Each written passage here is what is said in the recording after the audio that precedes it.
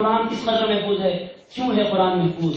اللہ فرماتا ہے اس واسطے قرآن محفوظ ہے کہ یہ قرآن میرے حبیب پر نازل کیا گیا ہے، میرے رسول پر نازل کیا گیا ہے۔ پچھلی کتابیں دوسرے پیغمبروں پر نازل ہوتی تھی، وہ کتابیں ختم ہو گئی، مگر یہ قرآن میرے رسول پر نازل ہوا ہے تو اس کی حفاظت کی ذمہ داری بھی ہم لیتے ہیں۔ حضرت اکرام آپ غور فرمائے میرے دوستوں کہ ہمارے نبی ہم سے کیسی محبت کیا کرتے ہیں، کس قدر ہم کو چاہتے ہیں، کس قدر وہ ہم سے پیار کرتے ہیں۔ کیا ہمیں نہیں چاہیے؟ اب روکا جا رہا ہے ہمیں اس رسول کو یاد کرنے سے، اس رسول کا ذکر کرنے سے، اس رسول کا نام لینے سے۔ دوستوں میں آپ کی خدمت میں معذرت کے ساتھ عرض کروں، نعت پڑھی گئی، حضور ایسا نعت نہیں سنتے تھے۔ آقا کائنات صلی اللہ تعالی علیہ وآلہ وسلم کی بارگاہ میں نعتیں ہوتی، اٹھائیے آپ بخاری شریف، یہ ساری باتیں حدیث کی مستند کتابوں میں ہیں۔ حضور نعت پڑھنے کے لیے جب نعت خوان آتا، حضور اٹھ کر اپنی کملی ممبر پر بچھا دیتے اور ارشاد فرماتے تو میری نعت پڑھنے جا رہا ہے احسان، تو نیچے کھڑے ہو کر نعت نہیں پڑھے گا، میرے ممبر پر کھڑے ہو کر میری نعت کو پڑھے گا۔ حضور پاک علیہ السلام نے نعت پڑھنے والوں سے کوئی قدر چاہا۔ دوستوں غرض خلاصہ یہی ہے کہ ہمارے نبی صلی اللہ تعالی علیہ وآلہ وسلم کو اللہ نے ایک ایسی نعمت بنا کر دنیا میں بھیجا کہ وہ اپنوں کے لیے بھی نعمت ہے، غیروں کے لیے بھی نعمت ہے۔ ہمارے حضور کو پتھر مارے جاتے، دوستوں آقا کائنات پلٹا کر گالی نہیں دیتے، پتھر مارے جاتے۔ طائف میں حضور پاک علیہ السلام کو اس قدر زخمی کیا گیا، سارا جسم لہولہان ہو گیا اور حضور پاک علیہ السلام کے جوتے مبارک میں، نالین مبارک میں خون جمع ہو گیا۔ اس قدر حضور پاک علیہ السلام کو ستایا گیا۔ اب کیا ہوا؟ اللہ رب العزت نے ایک کے بعد ایک فرشتوں کو بھیجنا شروع کیا۔ اے ہوا کے فرشتے تم جاؤ، جا کر پوچھو، اگر کہو تو طائف کو ہلاک کر کے رکھ دوں۔ نہیں۔ پانی کا فرشتہ آیا، حضور نے فرمایا نہیں۔ آگ کا فرشتہ آیا، حضور نے فرمایا نہیں۔ لوگوں نے کہا کیوں نہیں؟ حضرت ابوبکر صدیق نے کیا حضور یہ آگ کو مارتے ہیں، آپ اٹھائیں اپنے ہاتھ ان کے لیے بد دعا کر دیں۔ حضور نے فرمایا میں ہاتھ تو اٹھانے والا ہوں مگر ابوبکر دیکھو میں کیا کرتا ہوں۔ حضور پاک علیہ السلام نے ہاتھ اٹھائے، دنیا سمجھ رہی ہے کہ طائف کے لوگ تباہ و تاراج ہو جائیں گے۔ حضور نے ہاتھ اٹھائے، عرض کیا پروردگار اللہم اہد قومی فانہم لا یعلمون، مولا میری قوم کو بخش دے، یہ لوگ جانتے نہیں ہیں کہ میں کون ہوں۔ مولا اگر یہ لوگ جانتے کہ میں رحمت للعالمین بن کر آیا ہوں تو یہ لوگ مجھ پر پتھر نہیں برساتے، انجانے میں یہ لوگ ایسا کام کر رہے ہیں۔ اے اللہ مجھے یہ پتھر مار رہے ہیں، میں ان کے لیے بد دعا نہیں، ان کی ہدایت کی دعا کروں گا۔ ہمارے رسول صلی اللہ تعالی علیہ وسلم ایسی محبت کرنے والے آقا ہیں، ایسی محبت کرنے والے رسول ہیں۔ دوستو ہمارا معاملہ یہ ہے کہ کوئی چھوٹی گالی دیتا ہے ہم پلٹا کر 10 بڑی بڑی گالیاں اسے دے دیا کرتے ہیں۔ ہمارا معاملہ یہ ہے کہ کوئی کچھ بولتا ہے، لوگ ہمارے پاس ایک قاعدہ بھی ان لوگوں نے بنا رکھا ہے، اگر کوئی چھیڑ رہا تو میں چھوڑتا نہیں، اگر کوئی اچھا رہا تو میرے سے اچھا کوئی نہیں، اگر میرے کو کوئی چھیڑ لیا پھر میں بتا دیتا ہوں میں کون ہوں۔ حضرت اکرام ہمارے حضور کا اسوہ یہ نہیں تھا، ہمارے آقا صلی اللہ تعالی ہمارے پاس یہ طریقہ ہے، مسلم قوم کی یہ پہچان بنی ہوئی ہے، کوئی چھوڑ دیا تو میں چھیڑتا نہیں، کوئی چھیڑ دیا پھر میں چھوڑتا نہیں۔ بولتے ہمارے پاس لوگ میرے کو بیٹا چھوڑا تو دکھا دیتا ہوں میں کون ہوں۔ حضرت اکرام ہمارے حضور کا طریقہ، ہمارے رسول صلی اللہ تعالی علیہ وسلم کا اسوہ یہ نہیں تھا۔ حضور فرماتے ہیں اگر کوئی مجھے چاہے، حضور کے صحابہ میں سے کسی نے کیا لوگوں کے ساتھ تمہارے معاملات کیسے ہیں؟ صحابہ نے کیا اگر کوئی ہمیں چاہتا ہے تو اسے چاہتے، کوئی نہیں چاہتا تو اسے بھی نہیں چاہتے۔ حضور نے فرمایا یہ کام تو کتا بھی کیا کرتا ہے، تم کتے کو روٹی ڈالو وہ تمہیں چاہتا ہے تم اسے چاہو، تم اگر اسے نہیں ڈالو گے بسکٹ وغیرہ نہیں ڈالو گے وہ کتا بھی تمہارے پاس اگر تمہارے آگے دم نہیں ہلائے گا۔ یہ کام تو ایک کتا بھی کرتا ہے، تم اسے چاہو تمہیں چاہے گا، تم اسے نہیں چاہو وہ بھی تمہیں نہیں چاہے گا، یہ کوئی کمال نہیں ہے۔ حضور فرماتے ہیں جو تمہیں چاہے اسے چاہو، جو تمہیں نہیں چاہے اس کو چاہو، یہ ہے انسانیت۔ جو تم سے نفرت کرے اس کو چاہو، یہ ہے انسانیت۔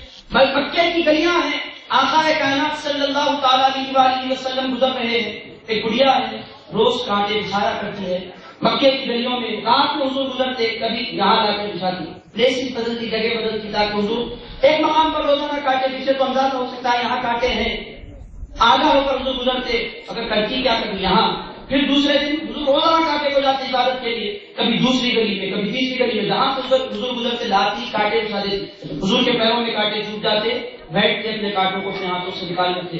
کئی دن تک یہ سلسلہ چلتا رہا۔ ایک دن حضور اپنے گھر سے نکلے، کعبہ پہنچ گئے، کانٹے نہیں ملے حضور کو راستے میں۔ حضور پاک علیہ السلام نے عبادت نہیں کی، فوراً پلٹ کر اس بڑھیا کے گھر گئے، جا کر دروازہ کھٹکھٹایا، اکیلی رہتی تھی، ایک بچہ تھا، بڑھیا نے پوچھا کون ہے؟ حضور نے فرمایا محمد رسول اللہ آئے ہیں۔ اس بڑھیا نے کہا کیوں آئے ہیں؟ عرض کرنے لگے آج میرے راستے میں کانٹے بچھائے گئے، میں جاننے کے لیے آیا ہوں کہ تمہاری طبیعت اچھی ہے کہ نہیں ہے، میری خالہ یہ تو بتاؤ کہ کہیں تم بیمار تو نہیں ہو گئی ہو۔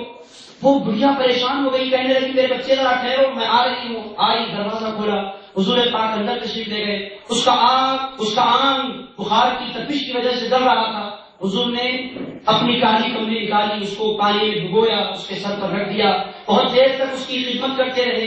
اس کے بعد حضور پاک نے ارشاد فرمایا اپنا خیال رکھا کرو، کوئی نہیں ہے تو مجھے بلا لیا کرو، میں تمہاری خدمت کے لیے تیار ہوں۔ اس بڑھیا نے کہا ہے بچے میں آج تک تمہاری راہ میں کانٹے بچھاتی رہی، تم مجھ سے اس قدر محبت کیوں کر رہے ہو؟ حضور نے فرمایا میں اس دنیا میں غریبوں، یتیموں، مسکینوں، بے سہاروں، بیواؤں اور کمزوروں سے محبت کرنے کے لیے آیا ہوں۔ تم نے کانٹے بچھائے، یہ تمہارا طریقہ تھا، تم سے محبت کرنا یہ میرا طریقہ ہے۔ میرا پروردگار یہ پسند کرتا ہے کہ میں غریبوں سے محبت کروں، میں کمزوروں سے محبت کروں، اور اے خالہ یہ محسوس نہ کرنا کہ تمہارا بیٹا کوئی نہیں ہے، تمہارا بیٹا محمد رسول اللہ ہے۔ اس نے کہا بیٹے ذرا مجھے اٹھا کر بٹھاؤ۔ رسول پاک علیہ السلام نے اس کی گردن پہ ہاتھ دیا، اسے اٹھا کر بٹھا دیا۔ کہنے لگے کیا کہنا چاہتی ہو؟ عرض کرنے لگے جو دین لے کر تم آئے ہو اس سے سچا دین نہیں ہو سکتا، پڑھاؤ کلمہ اشہد ان لا الہ الا اللہ وحدہ لا شریک لہ واشہد ان محمدا عبدہ ورسولہ۔ دوستو ہمارے آقا و مولا صلی اللہ علیہ وسلم کا اسوہ یہ تھا، اس قدر ہمارے آقا و مولا صلی اللہ علیہ وسلم محبت فرمانے والے۔ اسی طرح ایک اور واقعہ آپ کو ہم کو سیرت کی کتابوں میں ملتا ہے، ایک خاتون، ایک بوڑھی شہر مکہ چھوڑ کر جا رہی ہے، اس قدر سامان اس کے پاس ہے، اٹھ رہی ہے، اٹھا رہی ہے، پھر سامان گر رہا ہے، پورے مکے میں کوئی ایسا نہیں ہے جو اس کی مدد کر دیتا۔ حضور پاک علیہ السلام نے چبوتروں پر بیٹھنے کے آداب تک بیان فرمائے ہیں۔ صحابہ اکرام کی مجلس میں حضور پاک علیہ السلام نے فرمایا لوگوں راستوں پر بیٹھنے سے احتیاط کرو۔ صحابہ اکرام نے کیا حضور ہمیشہ گھر کھول کر لوگوں کو بٹھانا بات کرنا ذرا مشکل ہو جاتا ہے، محلے میں اگر بیٹھے تو ادھر جو فری ہوتے ہیں ایک ساتھ نکل کر آتے ہیں، جس کا فری وقت ہوتا ہے ساتھ میں اسپینڈ ہو جاتا ہے، ہمیشہ گھر کھولنا بٹھانا تھوڑا مشکل بھی ہوتا ہے، بعض مرتبہ گھروں میں جگہ نہیں ہوتی۔ حضور آپ ہمیں اجازت عنایت فرما دیں کہ ہم ذرا چبوتروں پر بیٹھ لیا کریں۔ حضور نے ارشاد فرمایا چبوتروں پر بیٹھو تو چبوتروں پر بیٹھنے کے آداب بھی ہے۔ صحابہ نے اس کے حضور کیا کریں؟ ارشاد فرمایا اگر کوئی مسلمان گزرے اس بستی سے اسے سلام کرو، یہ چبوتروں پر بیٹھنے کے آداب ہے۔ کوئی کمزور جا رہا ہے، سامان بہت اٹھایا ہوا ہے، تمہاری ذمہ داری یہ ہے کہ تم جا کر اس کا ساتھ بٹاؤ۔ حضور پاک علیہ السلام نے فرمایا اسی طرح چبوتروں پر بیٹھو تو اپنی نگاہیں نیچے رکھ کر بیٹھو، محلے کی خواتین کا گزر بھی تمہارے درمیان سے ہو سکتا ہے۔ حضور پاک علیہ السلام الغرض وہ خاتون کمزور ضعیف خاتون سامان اٹھا رہی ہے، گر رہا ہے، آخرکار دور سے حضور نے دیکھا، دیکھتے ہی حضور دوڑتے ہوئے آئے، اس بڑھیا کا سامان اپنے کاندھے پر رکھ لیا، کہنے لگے میری خالہ چلو میں آپ کو چھوڑ دیتا ہوں۔ وہ چلنے لگی، حضور اس کے ساتھ کئی کلومیٹر تک حضور اس کا سامان اٹھا کر چلتے رہے۔ جاتے جاتے حضور نے اس سے پوچھا آپ یہی شہر مکہ کی رہنے والی، میں آپ کو جانتا ہوں؟ کہنے لگی ہاں بیٹے تم مجھے جانتے ہو، مگر وہ شہر مکہ چھوڑ کر جا رہی ہوں۔ حضور نے فرمایا کیوں جا رہی ہے؟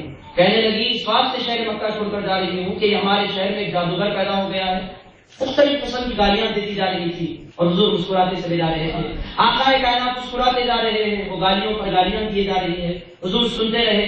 جب مکے شہر میں اس کی منزل آ گئی، جب اس کی منزل پر وہ پہنچ گئی، حضور نے اس کا سامان رکھ دیا، رکھ کر کہنے لگے مجھے اجازت ہے؟ تو اس بڑھیا نے کہا بیٹے اس قدر محبت تم کرتے ہو، میرا معاملہ ایسا ہے کہ اس قدر کمزور ہو گئی ہوں کہ کوئی میرا ساتھ دینے والا نہیں تھا، مگر تم کتنے اچھے اخلاق کے ہو، بیٹے تم کہاں کے رہنے والے ہو؟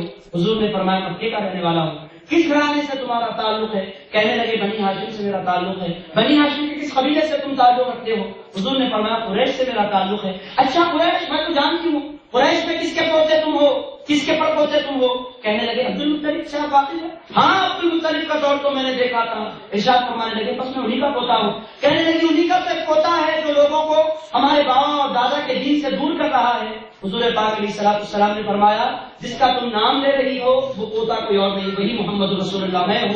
حضور پاک نے فرمایا جو بڑیوں کا اس قدر خیال رکھے وہ نبی جھوٹا نبی نہیں ہو سکتا، وہ نبی تو سچا نبی ہے۔ میں بھی کلمہ پڑھ لیتے اسلام میں داخل ہو جاتی ہوں۔ حاضرین کرام الغرض ہمارے آقا مولا صلی اللہ تعالی علیہ وآلہ وسلم کی ذات اللہ کا سب سے بڑا انعام، اللہ کی سب سے بڑی نعمت، اللہ کی سب سے بڑی رحمت ہے۔ ہماری اور آپ کی ذمہ داری یہ ہے کہ ہم اس رسول کو یاد کریں، وہ ہمیں روزانہ یاد کریں، ہم کبھی کبھی یاد کریں. اور دوسری ذمہ داری ہماری یہ ہے کہ ہم رسول کو ایک عام انسان، ایک کامن مین نہیں سمجھے، کیونکہ عام انسان الگ ہوتا ہے، رسول الگ ہوتا ہے. دوستو آپ پر، ہم پر اللہ کا کلام کبھی نہیں اترا، اللہ کے رسول پر ایک دو مرتبہ نہیں 24,000 مرتبہ جبریل علیہ حضرت رسول پاک کی خدمت میں حاضر ہوئے تھے. حضرت کرام آپ کی خدمت میں ایک مرتبہ بھی جبریل امین آئے؟ کبھی ہم نے جبریل امین سے ملاقات کی؟ دوستو ہم نے کبھی نہیں کی. اور جبریل امین نے ہمارے رسول سے 24,000 مرتبہ ملاقات کی. تو دوستو کتنے عظیم الشان رسول ہے کہ 24,000 مرتبہ اللہ نے اپنا میسج ان کے پاس بھیجا.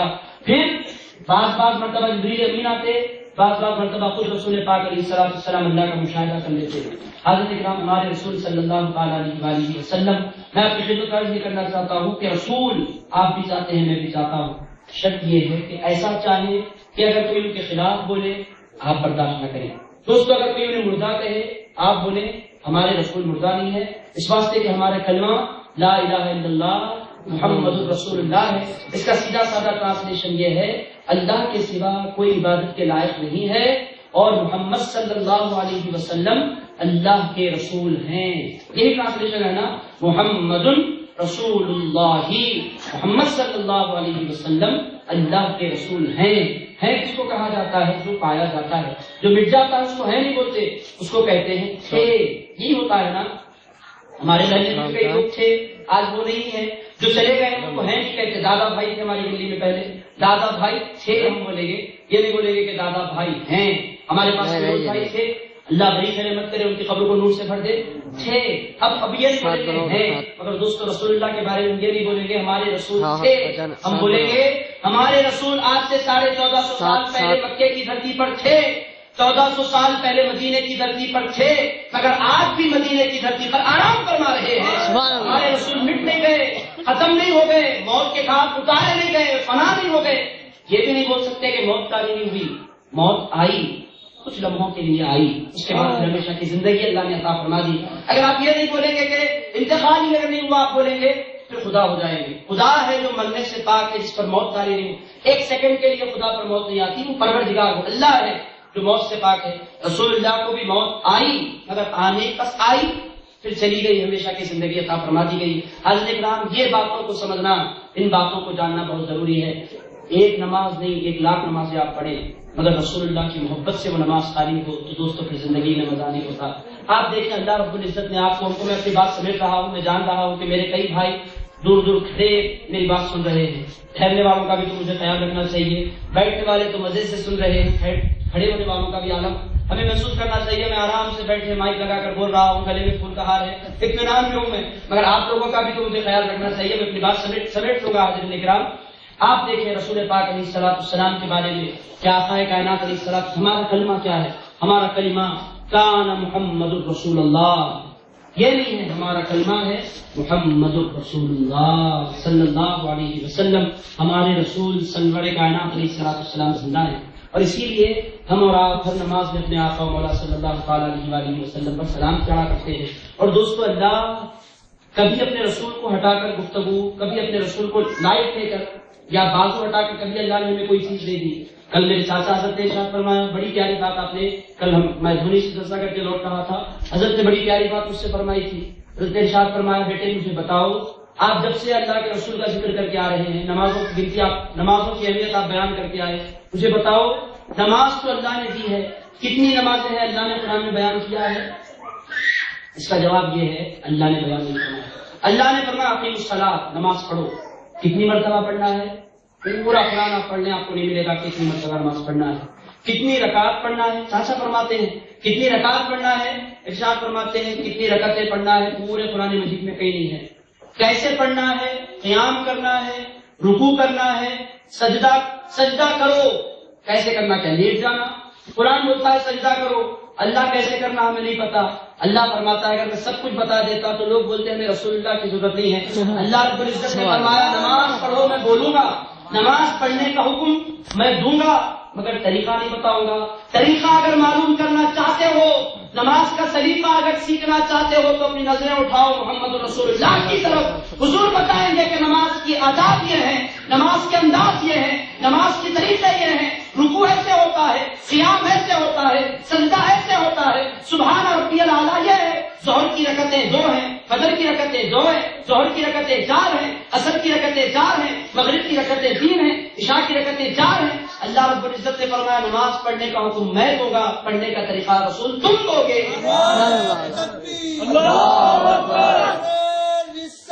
یا رسول اللہ.